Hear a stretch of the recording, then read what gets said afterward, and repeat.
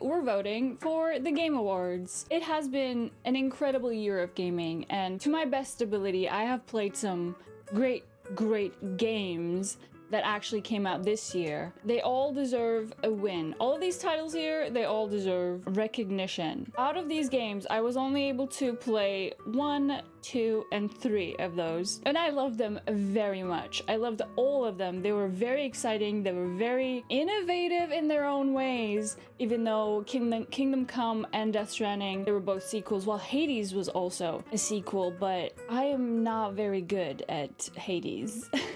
And I could say the same thing about Hollow Knight. I think we all know that Clair Obscur is going to win, and rightfully so, I would say, because it was a huge surprise to me. I remember saying when I first watched the trailer for it, I remember thinking, all right, the gameplay-wise, I don't know if I'm gonna vibe with it. I don't really, you know, play turn-based games. I'm not very knowledgeable about Japanese JRPGs. And I thought to myself, okay, if the story is good, then this game has a lot of potential. And oh boy, this story moved me so much. And if you were here for any of these playthroughs that I have done on Twitch, you know that Clair Obscur made me cry so much. It was, I need 16 DLCs, 16 of them right now, a trilogy, a prequel, a sequel. I don't know, I need more.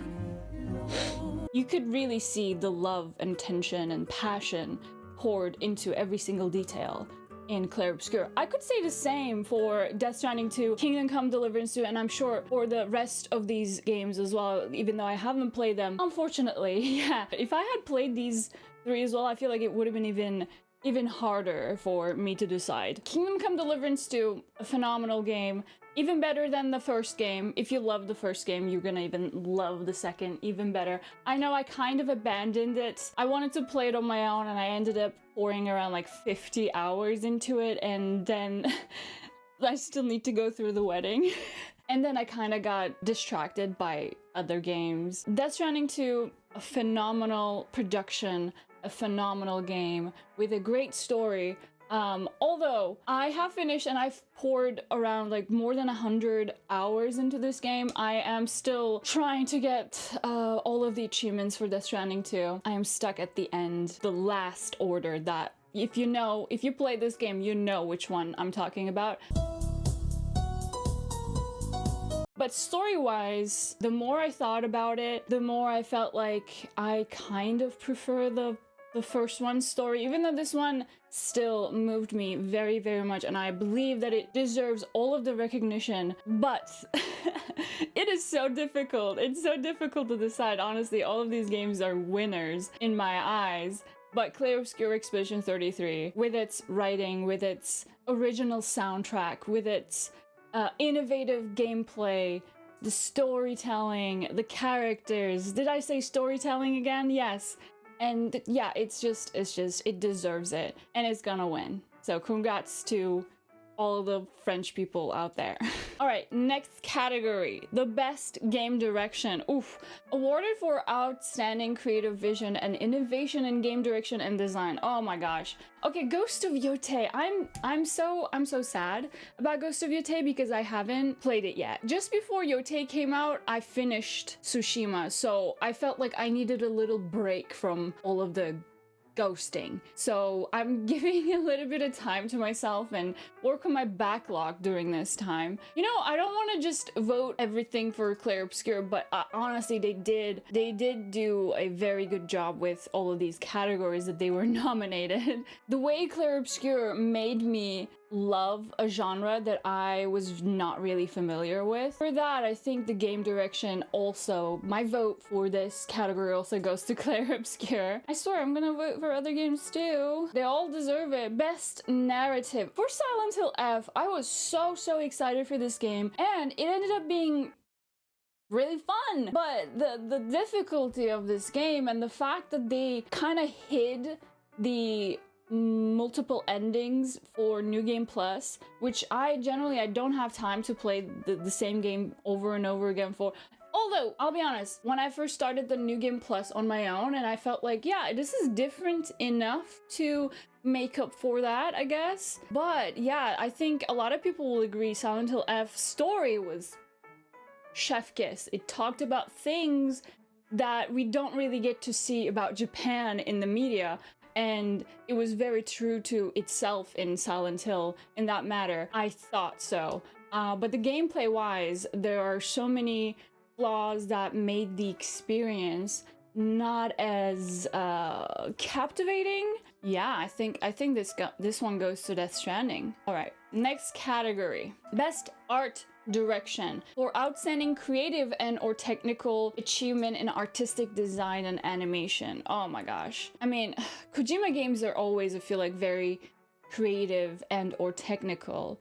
And this year has been very nice because I've been able to see where Kojima's fame came from. I've been playing a lot of Metal Gear Solid games and it's been so fun. It's very difficult to choose. Damn. When you're playing Death Stranding 2, well, I'm gonna talk about technical, also creative too, because the character designs, oh my goodness, the villain designs, they're phenomenal. It's a PS5 exclusive, which is a bummer, but when you first go into Death Stranding 2 on the beach, it's like you are in a painting. It's, well, obscure reference. It's like you are inside, not a painting, but a photograph. Technically speaking, creatively speaking. Next category, let's go. It's honestly so difficult. Oh my god. All right, best score and music. This goes to Lorient Testar. I really enjoyed Death Stranding 2 soundtrack, but they were all copyrighted, man. I couldn't have them in my videos, so I'm gonna complain about that. But yeah, this goes for Clair Obscur as well. And it's so funny, if you speak French, I speak French, if you guys didn't know. I didn't really pay attention to the lyrics while I was playing, and also because I'm like speaking English, narrating in English, my brain kind of switches languages, so like turns off the French valve and then just opens up the English valve. But if you pay attention to the lyrics of all of the songs in Clair Obscur, it kind of tells so much about the story. Best audio design. This goes to Death Stranding. Oh wait, Silent Hill F? Recognizing the best in-game audio and sound design. Yeah, I'm gonna go with Death Stranding, even though I'm between Silent Hill F, because there are a few places in Silent Hill F where the audio is very overwhelmingly realistic or immersive, I should say. That you are really in a Silent Hill game. You are in Silent Hill. Yeah, this again very well could be Clair Obscur. You know what? I want to give some love to Silent Hill F, even though it's probably not gonna win, which, you know, doesn't matter. Even the nomination, I think all of these games are winners. You know, there are no losers in these.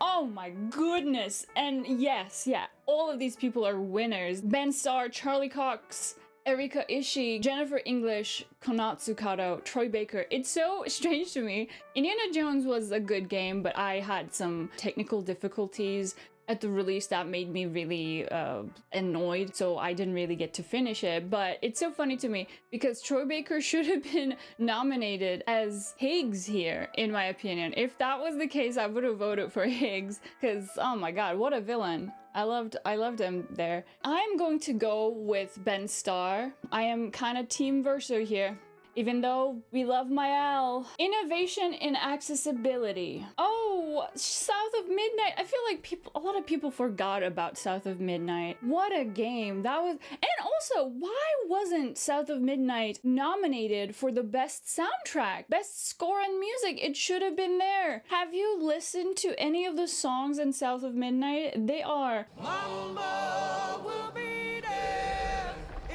Oh, she recognized him.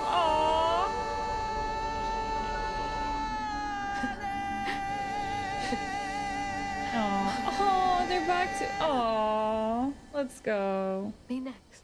Made with love, so much passion, so beautiful. Yeah, you know what? I'm voting for you, South of Midnight, because you need to be recognized. Games for Impact. Oh yeah, this one also goes for South of Midnight, and it is a very impactful game. Not many stories, not many games talk about the issues, and not just issues, but the stories, the real stories that South of Midnight actually dares to talk about, and in such a beautiful way. Best ongoing. Awarded to a game for outstanding development for ongoing content that evolves the player experience over time. I've played a little bit of Marvel Rivals. It's a fun game, but now it's one of those games when you take a break for a very long time, when you go back, it just feels like particles everywhere. There are just so many particles and there's no way that you can follow. I'm gonna vote for No Man's Sky instead because I just like the devs. All right, the best community support. Baldur's Gate 3 still nominated for that. Wow. I'm gonna vote for No Man's Sky as well. Yes, I still need to play Baldur's Gate 3. I know. I don't need a reminder. We're gonna get there eventually. Okay, best independent game now. Yeah, I don't know if it would be fair for me to vote anything other than Clair Obscur because I haven't played any other one of those. So that's the beauty of these game awards. Most of the time you end up voting for the game that you actually played. At the end of the day, it is kind of a popularity contest. Oh my god, the best debut indie game. Okay, for the best debut game created by a new independent studio. Okay, I just finished this patch. I think I'm gonna vote for that one. It was very, very fun. I loved it. It was so much fun. The characters, the writing, the story, the voice acting. Oh my gosh, so beautiful. This goes to this patch. Next category. Best mobile game. I don't know anything about mobile games. Sonic. Best VR AR. Oh, the Midnight Walk. I heard of this. Oh, and I'm gonna vote for this one just because I heard very good things about the Midnight Walk and I think it has this like very interesting animation style. Best action game. For the best game in the action genre focused primarily on combat. I'm gonna have to vote for Doom for this one. It was so much fun. Absolute blast playing this game. Shinobi the Arc. I heard great things about this one as well. And Ninja Gaiden 4. Obviously Hades 2 as well. This is probably gonna go to Battlefield 6, I feel like. My vote goes to Doom. Next. Best action adventure. Death Stranding 2 on the beach. Best RPG. Oh, you know what? I want to say Kingdom Come Deliverance for this one. For the best game designed with rich player character customization and progression, including massively multiplayer experiences. This includes like Avowed and Monster Hunter Wilds, I guess. Wow, yeah, I remember the hype around Monster Hunter Wilds when it first came out, but I feel like it died quite fast as well. Still yet to play The Outer Worlds. The Outer Worlds. You know what? I want to give some love to Kingdom Come Deliverance too. They released this game at the start of the year, and I feel like a lot of people forgot about it. It deserves more love from me as well. So I'm gonna vote for Kingdom Come. Okay, best fighting game. Capcom. Best family game. Oh, this probably goes to either Donkey Kong Bonanza or Split Fiction. I didn't play Split Fiction. I had played the game that they released before this, was called It Takes Two, I think. Wow, such a long game, by the way. It Takes Two would not finish. I watched a little bit of Split Fiction and it looked very fun. So I'm gonna vote for that one. Just for that. Next. Best sim strategy. I really enjoyed watching The Alters. Also, fun fact. This is the same person who voiced Mr. Hands in Cyberpunk. That's a fun fact for you. Okay, best sports racing. Mario Kart World. Best multiplayer. Yo. Okay, still yet to try Arc Raiders. I hear so many good things about people who enjoy these kinds of games. Same with Battlefield 6, I guess. Elden Ring Night Rain, I played quite a few hours, but I have so many more hours in Peak, and I thoroughly enjoyed it, and it's like a small Australian studio, if I remember correctly. Okay, best adaptation. Yeah, I'm gonna have to vote for Devil May Cry here. It was very fun, even though the creator is kind of bleh. And it actually made me want to play Devil May Cry, which will be coming pretty soon. Most anticipated game. Oh my god, I'm excited for all of these games. GTA 6 just got pushed once again. I don't remember when they're releasing this one. For 007's First Light. I'm excited for that one. The latest reveal with Marvel's Wolverine was chef kiss. It was so good. Witcher 4. I don't think we're gonna get Witcher 4 next year. I feel like CD Projekt Red, they probably are gonna be cooking more. Resident Evil Requiem, on the other hand, is coming out. It's coming out February 27, and I'm very, very excited. This is gonna be GTA 6. Obviously, everyone's excited for GTA 6. It's been 84 years. But I'm voting for RE9. It's gonna be amazing. Content Creator of the Year. I think I'm gonna vote for Most Critical just because his role as Sonar in Dispatch, just because of that, because I really enjoyed his character in Dispatch. So just for that, I'm voting for you, Charles. Best esports game. I just know that all of these games are extremely toxic.